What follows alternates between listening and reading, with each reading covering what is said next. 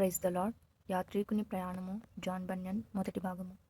కాబట్టి అజ్ఞాని తమ యొద్దకు వచ్చి వరకు వారు నిలిచిరి. క్రైస్తవుడు రాబోయి నీవు ఎందుకట్లు వెనుకబడి ఉన్నావని పలికెను. అజ్ఞాని ఇతరుల సహవాసము నాకు మిగుల అనుకూలమైనదైతేనే గాని లేకుంటే దానికన్నా ఒంటరిగా నడుచుట నాకు మరింత ఇష్టముగా నున్నదని చెప్పినప్పుడు క్రైస్తవుడు మన సహవాసము వానికి అక్కరలేదని నేను నీతో చెప్పి తిని గదా.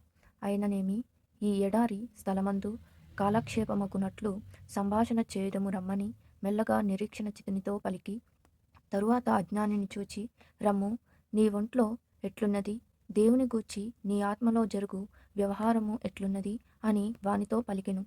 అజ్ఞాని బాగుగానే ఉన్నదని నమ్ముకొనుచున్నాను. ఎందుకనగా నేను ప్రయాణము చేయుచుండగా నాకు నెమ్మది కలుగజేయుటకు నా మనసులో పుట్టే మంచి తలంపులు నాకు ఎల్లప్పుడూను విస్తరించుచున్నవనెను.